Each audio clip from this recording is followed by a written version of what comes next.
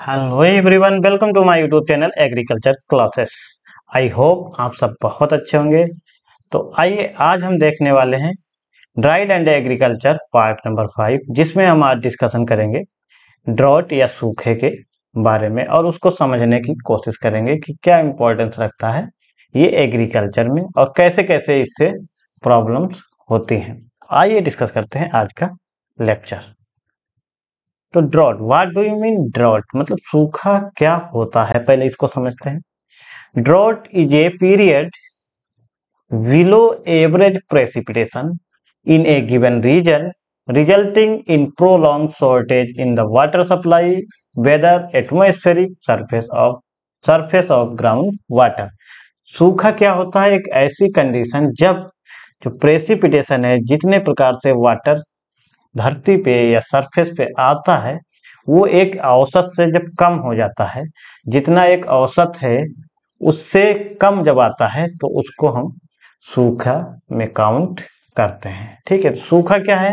एक ऐसी कंडीशन जब बरसात या अदर प्रकार से जितने भी प्रकार से वाटर सोइल पे आता है, वो एक एवरेज, एक औसत से कम हो जाता है, तो हम उसको सूखा बोलते हैं। ठीक है। ड्रॉट क्लासिफिकेशन, तो ड्रॉट को कितने प्रकार से या सूखे को कितने प्रकार से क्लासिफाई या कितने टाइप का होता है वो देखते हैं। तो the drought are generally classified operational definition into 4 type. ठीक है, तो इसको ऑपरेशनल डिफिनीशन के अनुसार इसको 4 टाइप में डिवाइड किया गया या 4 कैटेगरी में 4 प्रकार से इसको विभाजित किया गया है। First, meteorological drought. ठीक है, तो meteorological drought. Second, hydrological drought, and third, agricultural drought, and last, socio-economic drought। तो जो ड्रॉट या जो सूखा होता है वो मेनली 4 प्रकार से होता है: meteorological drought, hydrological drought, agricultural drought and socio economic drought. ठीक है, तो अब हम डिस्कस करते हैं वन बाय वन ड्रॉट को। First is meteorological drought. ठीक है, तो मेट्रोलॉजिकल ड्रॉट क्या होता है?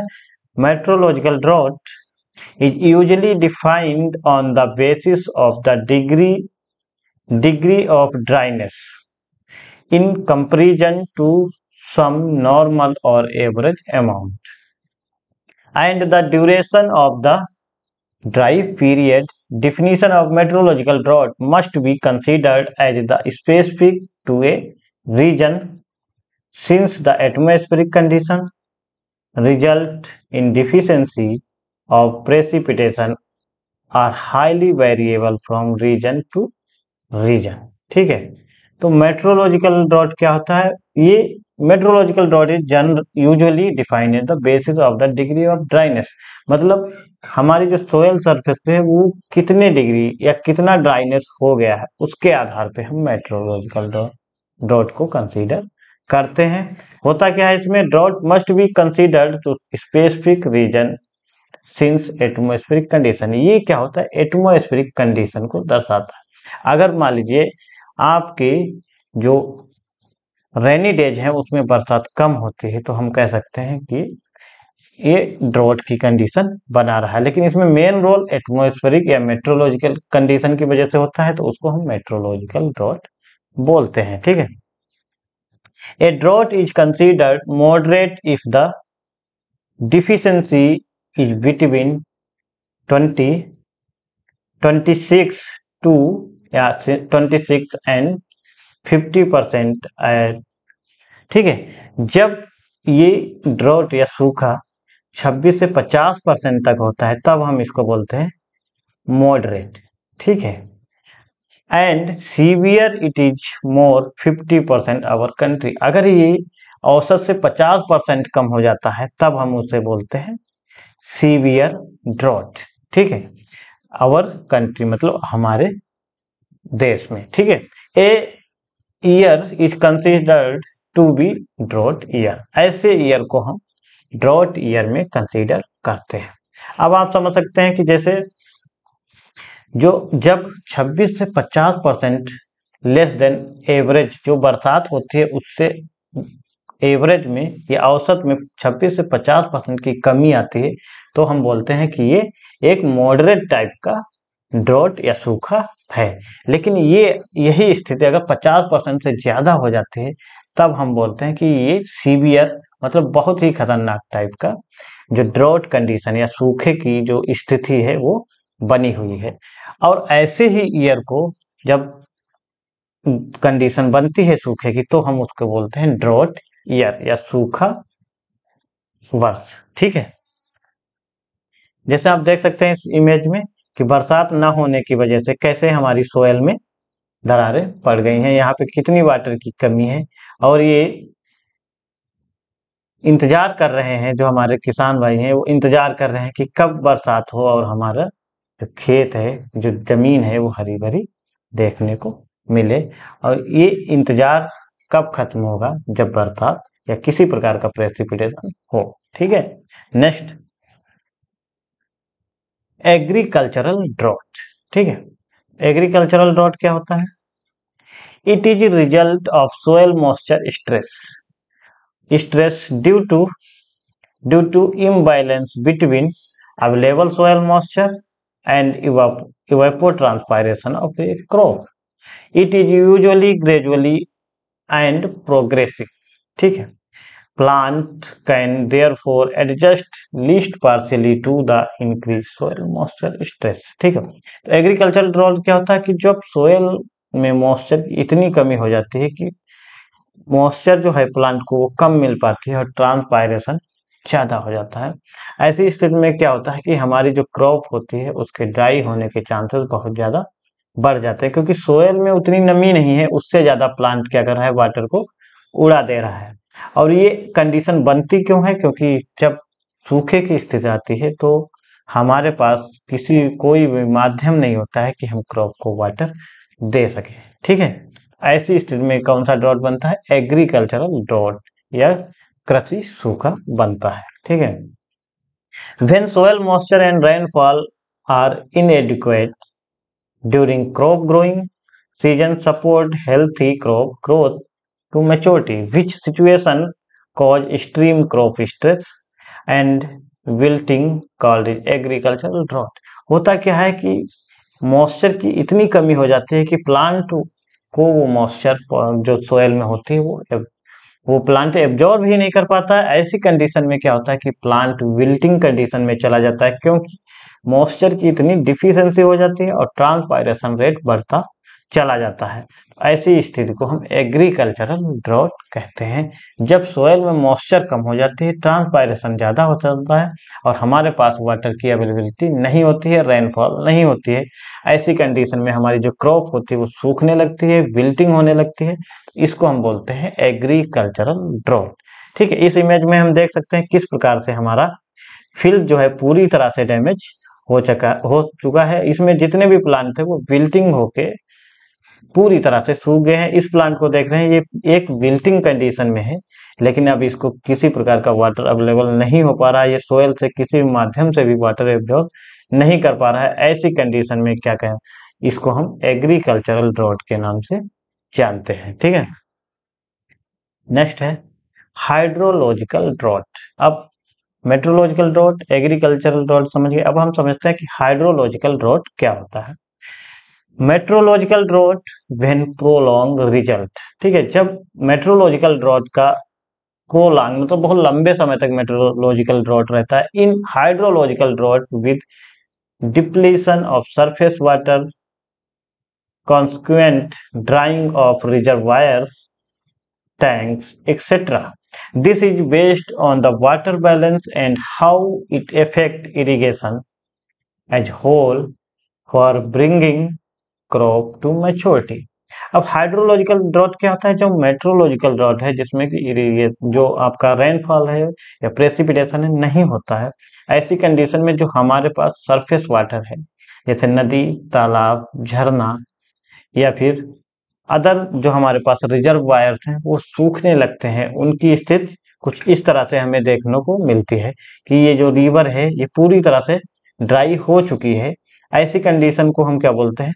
Hydrological drought. हाइड्रोलॉजिकल ड्रॉट को अगर आसान भाषा में समझे तो जितने भी सरफेस पे हमारा वाटर अवेलेबल होता है, वो किसी नदी में हो सकता है, तालाब में हो सकता है, झरने में हो सकता है, या किसी रिजर्वायर में हो सकता है, वो धीरे धीरे जब खत्म हो जाता है तो ऐसी कंडीशन को हम बोलते हैं hydrological drought. Next and last है हमारा सोशियो इकोनॉमिक ड्रॉट। अब सोशियो इकोनॉमिक ड्रॉट क्या होता है? This occurs when physical water shortage, जब फिजिकली वाटर की क्या हो जाती है? शॉर्टेज हो जाती है। कहने का मतलब जब हमको वाटर अवेलेबल नहीं हो पाता है, start to the effect peoples, और ये डायरेक्टली किसको अफेक्ट करने लगता है? जो ह्यूमन पॉपुलेशन है उनको इफेक्ट करने लगता है। इंडिविजुअली एंड कलेक्टिवली और इन मोर abstract terms, most socio-economic definition of drought are associated with the supply and demand of economic goods। तो आप ऐसे समझ सकते हैं कि सोशियो इकोनॉमिक ड्राउट क्या होता है? जब ह्यूमन पॉपुलेशन को वाटर की जो जरूरत है वो उसकी कमी होने लगती है, और उसको जितने भी उसके इकोनॉमिक गुड्स हैं उनको बनाने में जो वाटर की आवश्यकता होती है वो उसमें भी कमी होने लगती है। तो कहने का मतलब आप देख सकते हैं कि ऐसी कंडीशन जब लोगों को पास पीने के लिए भी वाटर अवेलेबल ना हो पाए तो हम कह सकते हैं ये कैसी कंडीशन हो गई? Economic drought. देख रहे हैं आप कि किस तरह से वाटर की कमी पाई जा रही है, और कितनी दूर चल के आके इनको और कितनी गहराई से वाटर को निकालना पड़ रहा है। ठीक है, तो ऐसी स्थिति जब तैयार हो जाती है कि लोगों को पीने का पानी नहीं मिलता है तो अदर चीज के लिए फिर पानी की कहाँ से पूर्ति होगी? तो ऐसी कंडीशन को हम बोलते हैं सोशियो इकोनॉमिक ड्रॉट, जहाँ पे पीने के लिए भी पानी अवेलेबल होना बहुत ही मुश्किल कंडीशन हो जाती है। ठीक है, तो इसको हम बोलते हैं सोशियो इकोनॉमिक ड्रॉट। ठीक है, अब ड्रॉट डैमेज, ड्रॉट की वजह से जो डैमेज होता है उसको समझते हैं। ये दो प्रकार से होता है, डायरेक्ट और इनडायरेक्ट। तो डायरेक्ट में क्या है? लॉस ऑफ इनकम, जो ह्यूमन है उसकी इनकम पे डायरेक्ट इफेक्ट डालता है कौन? ड्रॉट। एंड सोशल डिसलेक्शन है ना, सोशल डिसलेक्शन, सोशल में जो समस्याएं खड़ी हो जाती हैं वो क्या है? ड्रॉट की डैमेज की डायरेक्ट डैमेज करने की स्थिति है। नेक्स्ट है फेमाइन, मल न्यूट्रिशन एंड डेथ। ठीक है, जब वाटर की कमी हो जाती है तो होता क्या है कि जो क्रॉप वगैरह है वो ग्रो नहीं हो पाती है, एक प्रकार की फेमाइन आ जाती है, पीने के लिए वाटर अवेलेबल नहीं होता है, या फिर मल न्यूट्रिशन कंडीशन बन जाती है, लोगों को अच्छा भोजन नहीं मिलता है क्योंकि बरसात ना होने की वजह से जो क्रॉप है वो ग्रो ही नहीं हो पाती है, उस वजह से मल न्यूट्रिशन की सिचुएशन बनती है। और जब ये बहुत ज्यादा हो जाती है तो क्या होता है? लोगों की डेथ होना स्टार्ट हो जाती है। डायरेक्ट डैमेज है किसका? ड्रॉट का। Next indirect damage. इनडायरेक्ट ये कैसे डैमेज करता है?